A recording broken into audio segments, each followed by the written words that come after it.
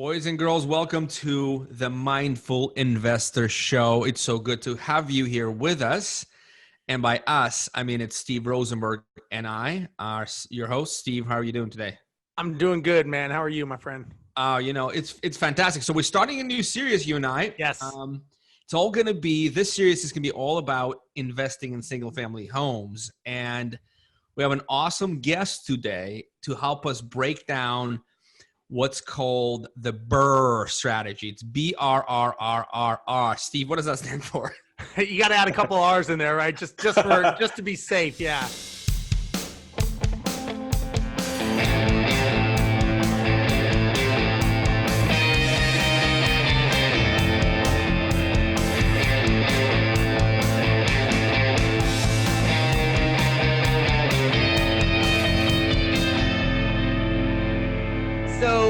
Well, we'll let Josiah explain it more in detail. But basically, you're going to buy it, you're going to rehab it, you're going to, and I'm not sure if I have this order correctly. So Josiah, you can jump in. You're going to rent it, you're going to refi it, and then you're going to repeat it. Is that? Did I get that right? You nailed it, man. Yeah. Bam, first time. How do you like that? Episode complete. Episode complete. Hit end. High five. That's it. That's all you need to know. So let me set this up. Josiah Smelser, we're very lucky to have him on the podcast. He is a host. Like pre-show, we talked about his podcast and why he started it, and it's a fascinating story. So he's the host of and founder of the Daily Real Estate Investor Podcast. So check him out there. He's been doing it for a year. He's got a good library of episodes. Lots of good stuff there. Formerly, though, a college finance professor. Josiah, what's up with that? Yeah, 2 years, man. It was a good time. So I've got my master's degree, and at the end of the 2 years, they wanted me to go get my PhD, and they wanted a 12-year commitment to pay for it. Whoa! And I was like, I can't give you 12 years because I wanted to start my own business, right? So I decided to. It felt like a retirement job too. It was challenging, but it was a lot. I mean, I was teaching 7 different classes, and it was actually pretty stressful. But anyway, I left that and launched my own real estate business, and it's been a great decision. So, but yeah, thanks so much for having me on the show, guys. I'm really excited to be here. Yeah, no, we're excited to have you too. And the audience, I'm sure, is getting on the edge of their seats at this point because, look, over 12 months, you've built a $3 million portfolio in rental properties using the BRRRR strategy. So we're going to break it down. And what I guess maybe we could start with this. Josiah, why don't you break down the BRRRR strategy into its components, and let's get shovels out, start digging in. Man, we're just digging right into this, aren't we, huh? Yeah. Yeah. So the BRRRR strategy has been my favorite way to build my real estate portfolio. So, I mean, if you've never purchased real estate before, you're kind of wondering, okay, like how do you make massive progress? How do you go quickly through this? Because really the bottleneck, there's a few bottlenecks. Number one, you got to find deals. Number two, you have to have money, and then you have to have time, right? And so really, I mean, what was hanging us up was the money part of this. So if you get a deal, let's say you're just starting off, the B part of the BRRRR strategy stands for buy. So you're trying to find a deal to purchase, okay? So how do you purchase a deal, get it fixed up, get it rented out, get it refinanced, and then go purchase another? That is that pretty much is the foundation of this whole. That's the essence of this whole thing, the core of this whole thing. So, so when we started off, we're like, okay, we're going and buying it. We look for a deal, we find a deal, we buy it. We're getting it renovated, and the renovation is going to take a little while. Then when you go to get it refinanced, there's rules around the refinance process of pulling money out of properties. If you're going with Fannie Mae or something like that, Fannie Mae will allow you up to 10 properties in your own name before you're shut off for them. So in different states, there's different, you have different ability with maybe financing 10 more in your spouse's name. You can check, I don't know where everyone's living, but in Texas, where we've been buying a lot of these, I'm allowed to put 10 in my name and then 10 in my wife's name as well. So that really allows us the capacity to take down 20 of these. But when we started off, what we found was the process of buying something and then putting money down on it and then getting it fixed up and then getting it refinanced, we had to wait 6 months. Fannie Mae was requiring us to wait 6 months. Yeah, that's called seasoning of the title, correct? For exactly. people that don't understand. Yeah, it's they're seasoning the loan. They've come up with this 6 month requirement for whatever reason. It is what it is. And just to kind of, I think for people to understand the complexity of it, that had kind of evolved after people, obviously some unscrupulous people buying properties and turning around and pulling a bunch of money out of it. And so I think the lenders finally said, you know what, you need to hold this for a little bit. I remember at one point it was down to 30 days seasoning. And that's when things were going crazy back in 06 and 07, where, it didn't matter. And that's when that caused a lot of problems, because a lot of these numbers were inflated. Then they would pull more money out. And so now they're kind of saying, okay, we want this to settle a little bit. You got to own it for a little bit. And I think it's like everything. There was a disaster. So then they put in some cautionary things in so that people don't take advantage. Just so people understand why seasoning exists. Yeah, absolutely. They're trying to protect themselves and make sure that, they're not lending too much money too quickly. But it's a bottleneck for the investor, because that capital, if you're required to put 20% down, or you're required to put some chunk of money down on every deal, right? Even with hard money and, like all that. And we can unpack that here in a second if you want to. But, when we first started off, we were just buying them off the MLS, going to the bank, getting a loan. They want 20% down. Okay. So $100,000 deal, they want you to put 20K down when you start, and then you've got repairs. If you do a subject to completion loan on the property, they're going to lend you based off of what the property would appraise for once it's fixed up. So let's say you buy a $100,000 property, you're going to put. That's the beauty of getting to work from home, right? Yeah, exactly. I even locked the door. Somehow he got it open. They're smart, those kids. You can tell he's out of the hospital. He's back. Yeah, exactly. So, okay, so let's say you buy a $100,000 property. You've got $50,000 in repairs, and it's going to be worth $200,000 when you're done. The traditional route, they're going to have you pay your $100,000. They're going to take 20% of basically the 150 of the loan. They're going to do loan to cost, which is taking the maximum cash out of your pocket. So 20% of 150 is going to be $30,000. So you're putting down on and as long as it appraises for 200 or whatever, and they're getting their loan to value that they need. So you're going to put your 30K down. Okay. So there's 30,000 that's out of your account that's locked into the deal. And if they require you to keep that in there for 6 months, you can't keep using that capital to go buy more deals. So the first pain point that we tried to solve was, how can we get our money back quicker?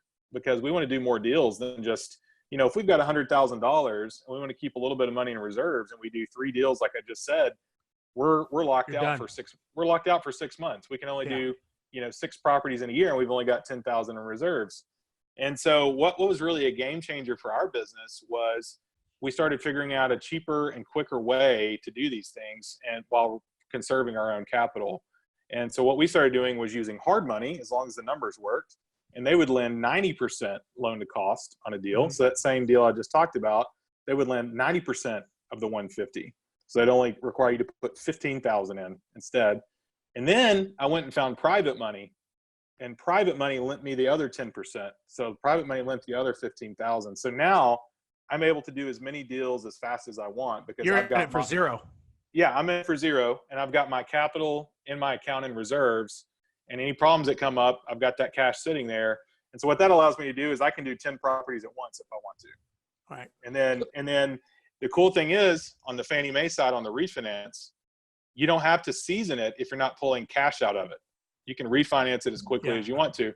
So when you go to do let's say you buy your property, you get your renovation done in a month, and you're ready to rent it. Fannie Mae will let you refinance 1 month in and pay off that first and second, because you're not pulling cash out. Right. And so that allows you to rev that cycle really quickly. And that's how we've been able to make so much traction so quickly. So let's break this down a little bit. Sure. First of all, conceptually, how much value can you drive with the renovation? Like, let's keep using the same example for simplicity's sake. You found a deal for 150. You put in, let's say you get your hard money and your private money. So you're cash out of pocket zero. How much do you invest in the rehab, and what do you appraise at afterwards? Okay, so you're asking about the first scenario, like if I just go through traditional route with the bank, how much am I putting into the reno? Is that your question? Well, either way you finance it, the question is like, what is the home is going to be worth? Like, how do you planning for it? Yeah, so I mean, we're always looking when we're looking at deals. We're basically buying distressed properties, and what that means typically is that the property is either a foreclosure, it's really beat up, there's something wrong with it, it needs some attention and love. And so what we try to do is we try to all in be in it for 75% loan to value or less. So, you know, for the sake of round numbers, if I buy something for $50,000, I would need to be all in for $75,000 or less if that property is worth $100,000. And so what we do is we back into it. We say, okay, the ARV, the after repair value of this property is $100,000. We can get this property for 50, and so we'd like holding costs, you know, financing costs, closing costs, holding costs, and repair costs to be $25,000 or less. And so if we can come in at 20, we'd have a $70,000 debt on a property worth 100. That's below 75% loan to value. So when I go to do my refinance, they're going to lump that all into one loan, and they don't keep any of my capital. And that's basically the BRRRR strategy in a nutshell. It's trying to take control of a property, if you can, with none of your own money, but with a margin of safety, which is that 25% equity or more. And that comes on the refinance. So, all right, so let's slow it down even more. So okay, let's use that 100,000 is post renovation value. Is that what you call it? The after repair value, the ARV, that's thrown around. Yeah. After repair value. Okay, so it's 100,000. That's what we're estimating at. We can get the house for 50. Let's say we do the renovations for 25. So now 75. Now what can you pull out of the house? Well, so if you're in it for 75 and it's worth 100, most lenders are going to cap you at 75% loan to value. So you couldn't pull anything out. But what you could do is consolidate. If you had a first and second from a hard money lender and private money, on the refinance, Fannie Mae is going to pay those guys off with that 75% loan to value loan. And you're going to have one loan with Fannie Mae for that 75,000. Does that make sense? It does. Yeah. And Alex, I think maybe the thing that you're asking and what Josiah is saying is that when some of these deals that you do, the goal is not necessarily always to pull money out. The goal is that he's getting in a deal with zero out of his pocket. He's going to basically get a deal, buy it, fix it up, put it in, still be at 75% of the value and have $0 in it, and be able to rent this thing out and be able to keep on moving along. Now, the thing about hard money that I think people have a misconception on is well, they don't understand it, first of all. And Josiah, it sounds like you do, and a lot of people do. And I've got some good friends. We're going to have Daryl Dyke on our show in the future that talks about hard money, is that it's really what's called a bridge loan. It's a loan to get you from purchasing it to closing it and have another set of loans set up for the next round of whatever you're going to do. The hard money is just to get you the deal so that you can get it quick, because hard money will get you the money right away, number one. And number two, they don't put you through all the things that you've got to do with normal conventional lending. And so you don't have to abide by all the rules that you have to with Fannie Mae or conventional, or they call it A paper lending. And to me, what hard money gives you is speed. You're able to get the deal and say, I've got a deal. I need this money like tomorrow. And if everything works out in a perfect world, they could get that to you. And then he's got his private money guy that can give him the rest of the money. He could buy that, rehab it. And then what hard money people do is they do what's called a draw. So let's say you have $25,000 in repairs. They'll pay that out in draws as they inspect the house to verify that work is being done correctly, because it's their money. They want to make sure that if they're loaning you this money and they're paying contractors, especially if you're new in the industry, they don't want you to get burned because they don't want to get burned. So wait 1 second. I just want to break it down for the sake of our audience and my own sanity. You're also Josiah, you're also borrowing the actual renovation cost, like the $25,000. So you're not only taking $50,000 loan, but you're also leveraging the repair costs. Correct. That's correct. Yeah. So if you didn't have this private money piece, which I was talking about, was kind of like the last layer that we figured out. If you just had hard money and your deal were $100,000 and your costs were going to be, like we were saying, you get it for 50, you're in it for 75, you have 25 in repairs, they're going to lend you 90% of 75. So they're going to lend you 75 minus 7,500. Got it. And yeah, $67,500. And what they're doing is they're giving you cash to buy the house, and then like Steve was saying, you're going to pay cash out of your pocket for the repairs, and then you're going to make a draw reimbursement request from the hard money lender. They're going to need like receipts and pictures, or maybe do an inspection or something like that. And then they're going to send you a check to reimburse you for the cost of the repairs. And the beauty of all this is, when you go do your refinance, if you got a good enough deal and you kept your renovation costs low enough, and you pull this off like you refinance out everything into one loan with Fannie at a low interest rate, locked in for 30 years, and you didn't have any of your own money locked in long term. Now, sometimes you'll have a little bit of money locked in. Sometimes you can get money back. I find that it's more often that you have a little bit of money locked in than you're getting money back. But in the same scenario, if the thing's worth 75 or thing's worth 100, you get it for 50. If your repair costs are $10,000 and you're all in it for 60, you could do a cash out refinance with Fannie Mae at 75% loan to value. And since you were only in it for 60 and they'll lend you 75, you could get a check for $15,000. 15. So that's where got it. That's where the cashback part comes in. That's a lot more difficult to do than, just breaking even or even leaving a little bit of money in, because one thing that a lot of investors don't consider is the holding costs on the thing. Like you're paying interest only payments to the hard money lender the entire time that you're waiting to do this refinance. And what would be the example, Josiah, sorry, what would be the example of an interest amount in our example? Let's keep consistent with the numbers. What would be the interest payment? What do they charge? Yeah. So, I mean, the last few hard money deals I've seen, they're charging about 10% interest and 2 points, right? So if they lend you, 75, if they're lending you a total of 75,000, I got the calculator.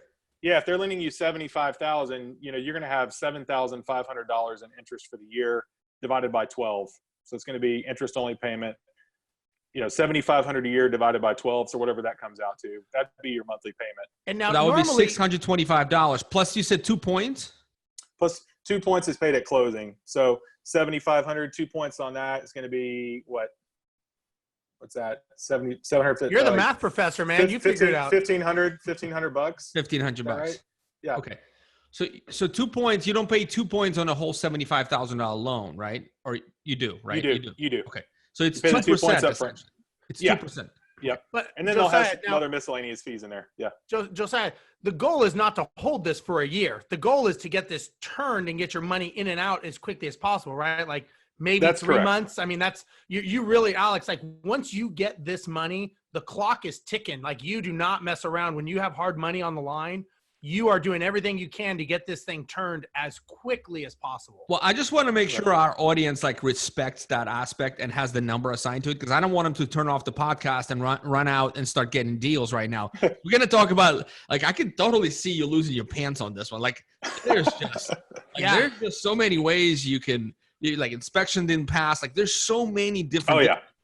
We're not but before we go there, $625 a month plus the $1,500, $625 a month is your holding cost. So if you're holding more than you estimated, let's say the roof took longer or whatever, you bleeding, right? Oh, absolutely. And that's a mistake that's very easy to make, especially when you haven't done these before, is underestimating your holding cost or the time it's going to take you to get all this stuff done. Because, when you start, you don't have the processes and the system set up. You may not know who you're going to use for your contractors. That's a rookie mistake, right? You may not know how long it takes to actually do a renovation of this scale. You may not properly estimate your repair costs. I mean, there's a thousand different ways to screw this up. And then the linchpin of the whole thing, and I am an appraiser, so I can say this, the appraisal. Yeah. The appraisal on the back end. If you think it's worth 100 and it appraises for 90, they're going to lend you 75% of 90, which could make you leave money in the deal. So that's something you really got to know your numbers on the front end. And I've even started putting a package together of comparable sales, everything that's been done to the property, kind of a little history and like package that we give to the appraiser. And we're like, hey, this is what we did to the property. This is what we spent on the property. Telling a story. Here's comparable sales in the area. We don't tell them what to appraise it for because you can't do that. But you can certainly say, hey, here's everything that's been done, and here's good comparables near the property in the same subdivision, all that. And like that, appraisers actually appreciate that. So I wouldn't be scared to do that. So you just help them out with data. You help them out with Absolutely. data in their job. So that's great. Here's a question like burning. It's burning in my mind. I can't get rid of it. Like how, okay, so you BRRRR business, like you running this thing. All right, you build this portfolio. Like, but how do you get paid, man? Like you got to pay rent, you got to pay mortgage, like for your own house. You have kids, I suppose. Sure. You know, you got to buy them clothing. Like how, where's the monthly income coming from, brother? Sure. Well, there's a number of different ways to monetize this, and you got to kind of choose your own adventure, if you will. So, you know, you can build a cash flow portfolio, which, you know, Steve in his book talks about that. Like a lot of times the properties that are giving you a high margin on your cash flow are going to be the lower end properties, right? So that's one way to go. Another way to go is to build a portfolio of high quality properties that the cash flow is not going to be as great. So what we have targeted is something right in the middle. Like we look for B class properties. We try to cash flow $200 a property. These are single family, $200 a property. Now that's, when I say cash flow, that's net of all operating expenses. These are managed by a third party. That's also net of the debt payment. So that's taxes, insurance, management. You know, we got money in there for repairs and all that kind of stuff. So, and vacancy and collection loss and all that. So we want to cash flow $200 a door. And then we want this to be located in an area that we think has a reasonable chance of appreciating at 3.5% a year or better. And so that's why we've picked Fort Worth, Texas. And I used to live in Dallas, Fort Worth, and I know those areas really well because I run my own appraisal business and I started an appraisal company out there. And you're asking about how I make a living. Like my partner and I have decided on all this, we're going to reinvest all of our profit back into buying more deals and into paying our portfolio off eventually. And we're not going to take any capital out of the business. And Brian Murray said the same thing. Brian Murray was on our real estate mastermind that Steve and I were a part of in Hawaii. But Brian said that in his book, that he reinvests all his profits in his apartment business. And that, I think that's one reason he's been so successful, is like, if you're living off of the cash coming off of your real estate business, you're not reinvesting it. And where you're going to get that really dynamic growth is by reinvesting everything back in. And, you know, because, you know, we're seeing cash on cash returns, like, you know, well over 20%. So you think like every dollar I take out of this, I'm losing that 20% compounded growth for the next 30 years.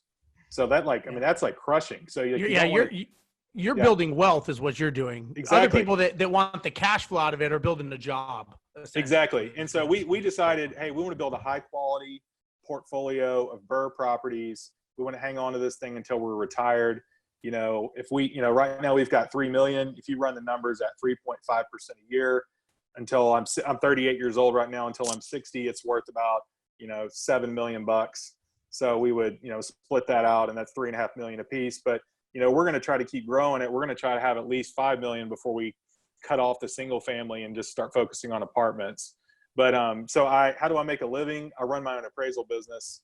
I'm also a real estate agent, so I make money off of commissions when things, you know, some of these are local, so I get a commission off when we close on them on the buy side. And then I've got other people that know I'm an agent that come to me wanting me to help them find investment properties and that kind of thing. So it's been really cool because, you know, I spend about half my day doing appraisal work, and I spend about half my day working on investment properties doing this. And this is kind of like a retirement thing for us. So I've got a question, Josiah. So you know, Sure. You and I met and we had a great time in Hawaii at the Brandon Turner Mastermind and stuff, and we got to know each other very well. I didn't know about the part about the professor, which is interesting. Yeah. So I guess my question to you is, you know, when you thought that real estate was going to be the track that you were going to go down, how did you do it? Did you sit there and create a strategy saying, okay, here's what I'm going to do. I'm going to create an appraisal company. Then I'm going to start doing buy and hold.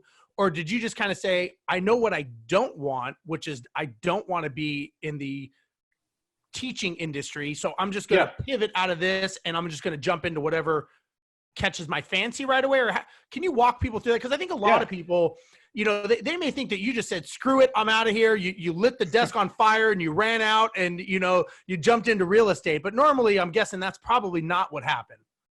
Yeah. So, I mean, I already had my appraisal license. I'm a certified general appraiser. I was the multifamily specialist at CBRE. CBRE is, you know, they're like the largest real estate services firm in the world. So a Fortune 500 company. I was the apartment appraisal specialist when I worked at CBRE. So I have my commercial appraisal license. So I can appraise commercial or residential.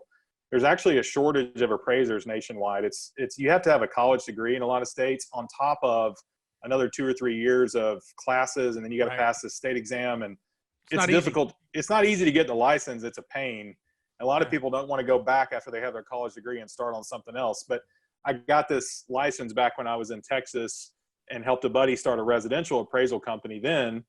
And so I learned pretty quickly, like we started our own business when I was 21. We were running this thing out of our house and we had more business than we knew what to do with. And I was like, if I ever need to, if I ever want to, I can quit my 9 to 5 and go start an appraisal company. And so honestly, like when I decided I wasn't going to give the 12 years and go get my PhD and all that, the first thing I thought of was the appraisal business will put food on the table. The investment business will be the retirement plan. And so far, I mean, it's been crazy. It's been a blessing to do it because the money has been better working for myself than it was when I was working for CBRE, which is insane because you kind of think like when you cut the 9 to 5 off and you start your own business, you kind of think like, well, this works for some other people I know, but I'm going to fail at this for some reason, you know? But it's like, you know, you gotta honestly just like give it your best and get in there and try and work hard at it. And it's one of those things, like if you put in the time and you keep grinding, it'll work out. So now when you started going down this path, and I think this is important that I'm, as you read my book, you know, I'm a big proponent of talking about challenges that arise and, you know, I say failures, but things that pop up that you have to reassess on and audibilize on. Can you give anyone like some things that you went through that you kind of just got smacked in the face, or you were just like, man, this was not what I thought? And then how did you work around that? Because it's a lot of it's not a physical fix. It's normally a mental fix. Like you had to do that. And I'm also curious on the quote unquote balance that you have with family life, with your wife, and how you kind of bring her into the mix. Cause I know she's involved in it with you as well. How'd you get her to buy into this as well? Cause you know, as you know, some people, you know, you go to a seminar and you come running home and you know, the wives are like, oh my God, here we go again. He just went to a seminar. He's buying the world. He's doing this. So can you talk about some failings and then how you align the family with that? Yeah. So would you prefer to hear about failings in my business or in my real estate investments? Which one I do you love want? Steve's questions. Steve's questions like 6 questions in one. 4 parts. It's like awesome. It's like, ooh, tell me about your life. All of it. I want all of it now. You pick, man. Man, I mean, I would say one of the hardest parts about starting the business was, you know, I basically formed my LLC and started going out and networking with different banks to get on their appraisal list. And a lot of the banks would say, our list is full, you know, and it was like, cool. Well, I know there's a shortage of appraisers, but you guys aren't letting me on your list. And so I figured out pretty quickly that a lot of these banks, it's kind of like a good old boy system where they've got a couple buddies on their list and they want to give their buddies all their work. And so I just made it a numbers game, just like the real estate game. Like if I got to talk to 20 banks to get on one list, I'm going to go talk to 20 banks. So I remember like I would when it would start raining, I would go get bagels and I would go out in the rain and walk into banks and talk to the person in charge of their appraisal list, and they'd see me come walking in sopping wet, bringing them food, and like that works, man. People are like, dude, nice. this guy's out in the rain, like trying to get on lists. This guy really wants it, you know? And so pretty quickly I had more appraisals coming in than I could do. And then I applied the 80-20 rule to my appraisal business. Like 80% of my most problematic, you know, deals and appraisals were coming from 20% of my clients. And so I got rid of those clients and then focused on my best work and those clients. And like all of a sudden my appraisal business got a lot more fun to be a part of, and the work was better, and it was more profitable. So can I ask you, I'm so sorry. Sure. I'm Sure. very curious about this. Like, what? He's only on part one of my question, man. Just hold that pin where you were going. What is a bad appraisal? Like, can you define it for us? Like you said, 20% like bad business. Like, what does that mean? Like, yeah. Oh, I was talking about my clients. So, as an appraiser, I'm doing single family, right? I'm doing residential, like 1 to 4 family right now. I'm not doing commercial, although I can, but I'd have to go buy a bunch of data that I don't have right now and all that. So, a client that could be difficult on the just on the management side from the appraiser standpoint would be a client that just basically asks for 1,000 revisions on every report and calls you up and wants to argue with you about everything that's been done. Like, you're only getting paid so much per report. So you don't want to spend all day doing one report. You know what I'm saying? So, there's some clients who are like, easier to work with than others. And I just decided, okay, this is how much I need to make for my time. Yeah. And if I'm not going to make this much for my time, then I'm not going to do this anymore. And Steve, we talked about this, but you had this virtual assistant business going. I have a virtual assistant that's really made my life a lot easier in my investing business. And, you can get a virtual assistant to help, kind of cut down on the repetitive tasks that you don't need, higher level for. So that really opened up my business as well, as getting a virtual assistant to help me out. So. Wow. Cool. Well, sorry, I threw you off a little bit. That's good. You were answering the 5th question. Yeah. So you're talking about mindset, Steve. Yeah. So throughout this entire, like the last 12 months of doing this, I basically journaled a lot and wrote a lot. And I've been working on a book, and the book is going to be called Dream It and Build It: How to Crush Your Real Estate Investing Goals. And it's all about mindset for this whole thing.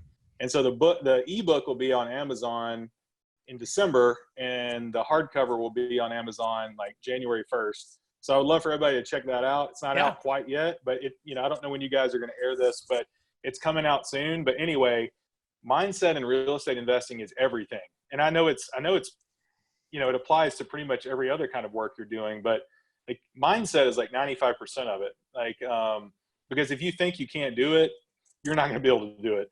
And I can guarantee you're going to run into 1,000 problems. And if you're not willing to have the right mindset to those problems, you're going to get smoked. Because you were talking about a second ago, wow, this refinance, it seems like there's like 6 things that can go wrong. They will go wrong. You know what I mean? They will. It's not if they will. Like, your appraisal will come in low sometimes. Sometimes your cost will be higher than you thought they were. Sometimes, you'll go under contract on a property and discover something about it that wasn't in, any kind of disclosure, and no one told you that, will kill the deal. Like, there's a lot of stuff that will go wrong in real estate, but that's why you make great money at it. It's a problem solving business. And so you have to be willing to, adapt this mindset of like, we're going to have a lot of problems come our way. We're just going to have to figure them out one at a time and just keep grinding away at it. And the people who have that kind of mindset will get through it and be successful. Steve, I'm sorry. There's another curiosity question. Like, how do people in your shoes, the BRRRR investors, the successful ones, think about property management? Like, is that a component you build into your costs, and how do you find a good one? Or this is kind of you self-manage for the time being? Like, how do you think about that? I think property managers are worth their weight in gold if they're good, and that's the qualifier. If they're good, if they're just taking 10% and not really doing much, like, you're better off without them. But if you find a really good property manager, they're worth far more than 10%. I know that. And it sounds crazy saying that, but this is the reason why. If you're paying a property manager 10%, and I'm talking like 1 to 4 family here. If you're paying a property manager 10% to manage your property, and they're keeping your property occupied, they're cutting down on your vacancy, that's a massive benefit to you as an investor. So if you have a good property manager and your average, vacancy rate is, your property's vacant 1 month out of every 2 years, versus you have a mediocre property manager and your property's vacant 3 months out of every 2 years or something like that. That average property manager is costing you 3 times as much money as the good one. But I bet you the good one's not charging you 3 times as much to manage your properties. So you may have one charge you 9% and one charge you 10%, you're paying 1% more to save on an extra 2 months of vacancy. If your property's renting out for $1,500 a month, you just save yourself $3,000 by paying 1% more on your rent, which is not much, you know? So, I mean, we're talking like, we're talking like pennies here compared to the savings you're getting. So like, we have a really great property manager that we're using right now. They save us on repair costs. They save us on vacancy. And they're always looking out for our best interests. And like, they look at our property as if it's theirs, and they take care of our tenants, which is another thing I'm really passionate about. I want my tenants to feel like they're taken care of and they're not getting screwed by their landlord, like their landlord cares about them. So, I think management is the way to go for your properties. We own a lot of stuff out of state because we like Fort Worth, Texas. I live in Huntsville, Alabama right now. And so we own a couple local, and we manage those ourselves, but all of our stuff in Fort Worth, and we have a few in Little Rock, Arkansas. Those are all managed by third property management companies. So, gotcha. So also, the definition, Steve, one second, I'm just going to put a cap on this one, and you can go into out-of-state investing. I think you wanted to. We have a few more minutes to cover that, but sure. Your definition of good, because we're a property management company, and I'm very sure. curious what makes it good for people in your shoes, people who are running this BRRRR business and serious about investing. Yeah. And the two things I've heard is reduced vacancy and reduce cost of repairs, and take care of resident. Three things. Yeah. There's one more big one, and that's communicating with the owners. Yeah. Yeah. So true.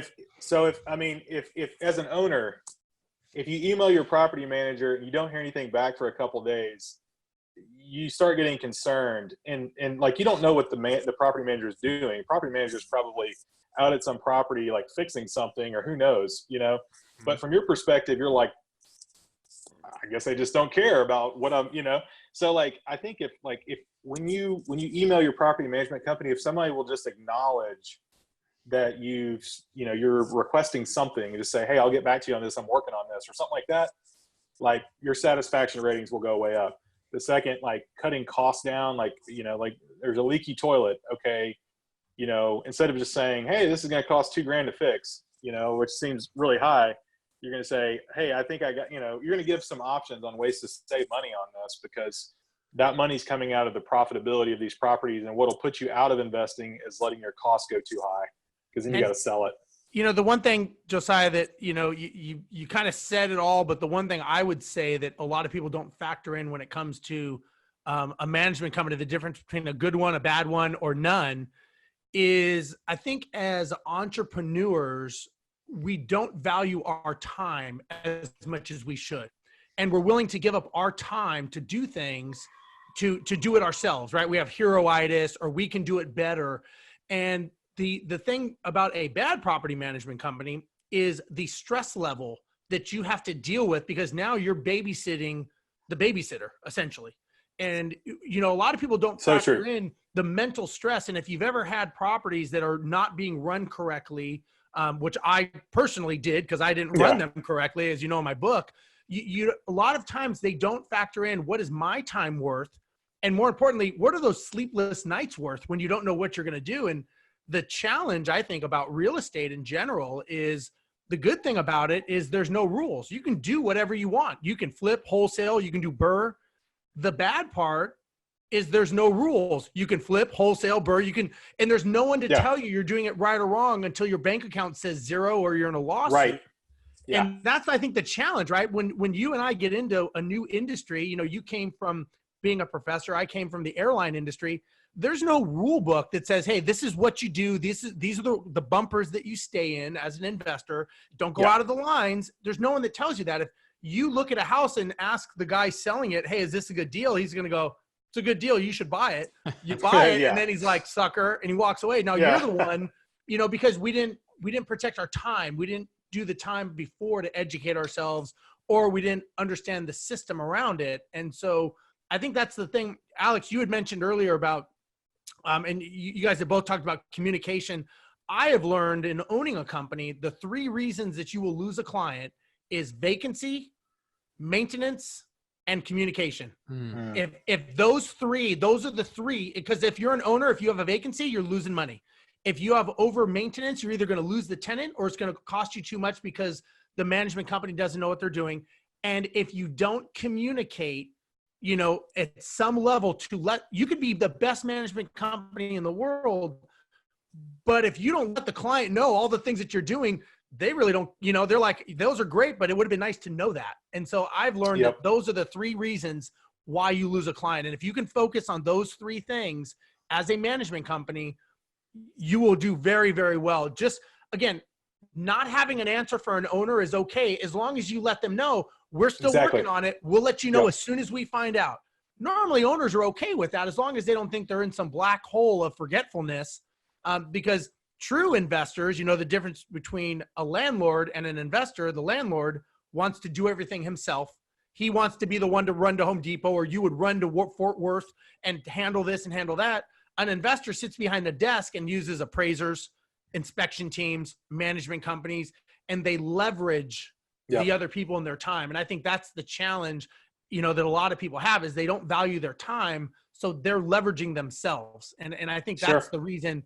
I know that I had a problem with understanding leverage initially. Was, how do you scale and understand leverage? And the key was, you've got to be able to push it out there for other people.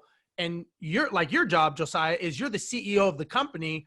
You have other people doing things, and then you bring that in, I'm assuming, and then you look at the numbers and you make decisions. And there may be some things that you do, but if you're just doing it all the time, you're not going to be able to scale. You wouldn't be able to be in 3 states owning real estate. You would be in your local neighborhood.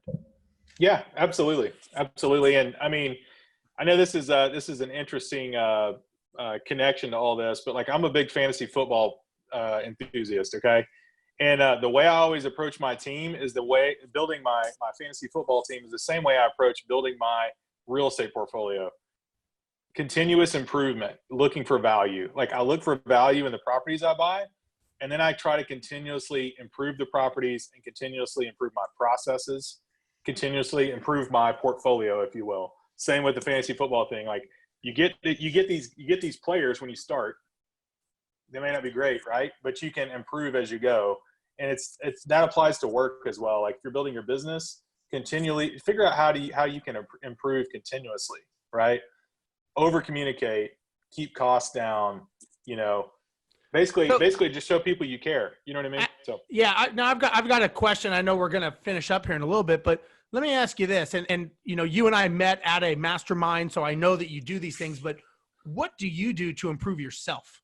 Right? Because you doing all these improvements, those are all tools to improve your business, but it all, you and I both know it all starts in your head, and it starts with improving your mental, positioning. Yeah, what absolutely. do you do? Man, I read as many different books as I can on these kind of topics. I mean, real estate, basically improving mindset. I mean, there's a lot of different people out there that you can follow that are big on this kind of stuff. Like, I love Gary Vee, and we talked about Tim Ferriss, right? Yeah, I was talking about Tim podcast. Ferriss. I mean, it's really, really good. Yeah. So just always figuring out ways you can improve on anything. Like, I need to improve. I need to get healthier. What can I do to do that? Like, I like to keep building my real estate business. Okay. What's not working well?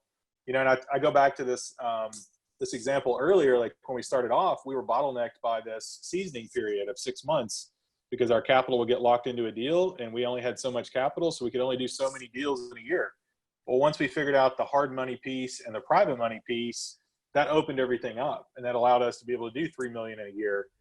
Whereas if we were doing the old route, we wouldn't be anywhere close to that. And so it's figuring out how to improve your process. It's really, if you could kind of document your process right now for everything you're doing and figure out what's the one thing in that process that's hanging you up, that's the thing you need to work on the most. If you can figure that piece out, it'll open up your business and open up your investing experience.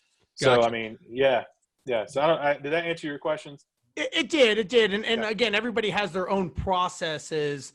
I do a lot of audiobooks, right? I do a lot of Audible, and I try to have conversations with people like you and other people that are successful. Alex and I have a lot of brainstorming conversations, but when you're an investor, it's a lonely place. And, the challenge is you quit a 9 to 5 because you don't like the people you work for or work with.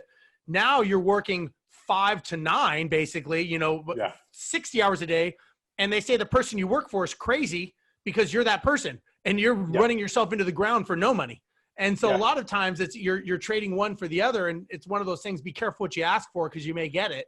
And so I think that it's very hard when you're an investor and you're out there trying to figure it out. How do you keep that sanity to know that you're on track, to know that you're making ground? Because, you know, again, you're lucky you have your wife involved in this business with you. She sees what you're doing. A lot of people don't have that option. You know, they're out there doing it, working in the garage at nighttime, trying to build this model. And, you know, they're kind of looked at as crazy by their peers because they're trying to do something different. And so it's tough, you know, it's a tough place to be.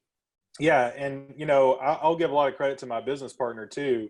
I would much rather own something 50-50 with someone that I, you know, have a lot of fun working with, that I really care about. And he's one of my, you know, my business partner is one of my best friends. We were friends as kids, you know, grew up best friends. We're doing all this together. Like he really was a big part of putting money in when we started. I've really run point on basically just getting all the deals done, getting the financing set up, getting them leased out, and that kind of thing. But I would much rather own $3 million with a partner than $1.5 million by myself. That's just how I am, because to me, like, the joys in the journey, I want to see him be successful as well. And, you know, people dog partnerships all the time, but if you find the right partner, a partnership is great. So, you know, and then you were asking about improving yourself. Another way is the podcast that I'm doing, The Daily Real Estate Investor. I did the podcast, number one, to stretch me as a person. Number two, so I could meet people like you, Steve, and like, you know, I met Brandon through my podcast, and we ended up having this real estate mastermind in Hawaii. And it's, you know, it's been a great way to just grow as a person doing the podcast. And then to also share this journey of building a real estate investment portfolio and try to help other people. So yeah, that's awesome. All right, guys, this was incredible. I think we can talk. We can all hop into the Steve's flight to Sydney and just talk nonstop for 17 hours. But you know, there is a limit to this particular show. So you know, Josiah, it was an immense pleasure to have you on. I think we'd love to have you if you don't mind. We'd love to invite you back for some other topics to dig deeper into stuff. I think you have an amazing knowledge. But tell people what your podcast and how they can go find you. I mean, we'll link it up in the notes. Tell us your podcast. Tell us what your book is called again, and tell us how people can find you. Yeah. So the book is called Dream It and Build It: How to Crush Your Real Estate Investing Goals. And it's basically a book on mindset. It's got a lot of tips and tricks that I learned along the way, things that have helped me, things that I've learned from others that you can apply to your own real estate investing goals, and it can hopefully help you accomplish what you're going for. That should be out in December. The ebook should be out in December. The hardback should be out in January. The podcast is called the Daily Real Estate Investor Podcast. I had Steve on there as a guest. I work hard to get, you know, high quality guests on there, and everybody's sharing about their own journey and experience in real estate, and it's been a lot of fun to do it. And I plan to try to keep that going as long as I can. So, and then I'm also on Instagram, and the handle is @Daily Real Estate Investor. Just spell it all out. Yeah. So I'd love to connect with everybody. You know, send me a message. I'd love to connect with you. And yeah, I really appreciate you guys having me on the show. It's been awesome. Yeah, thank you, Josiah. And those of you listening, you can find us, Steve and I, and our whole network on Facebook. We are at Mastermind Real Estate Investment Club. It's a private group. Join us. And of course, if you need a good property manager for your, investment properties, hit us up. Or if you want to buy investment properties, hit us up at mind.co, MYND.co. And look, if you enjoy the show, give us a rating on iTunes. We're just spinning this thing up. Give us a thumbs up. Let us know you liked it. Share it. And we'd love you for it till the end of days. Steve, any parting words? No, man. Josiah, as always, buddy, I thank you so much for your time, man. And I love learning from you. Thank you for imparting your wisdom on the BRRRR method for us. And I'm sure you and I will be hooking up again very soon, if not in Maui with Brandon. I'm sure somewhere in some part of the world or something, man. So thanks again. I appreciate your time, Josiah. It's been awesome, guys. I appreciate learning from you guys as well. And yeah, I really appreciate the opportunity to come on the show. And I'm looking forward to following along with you guys as you build this. Have a great day, and thanks for listening. See you guys. Bye-bye. See ya.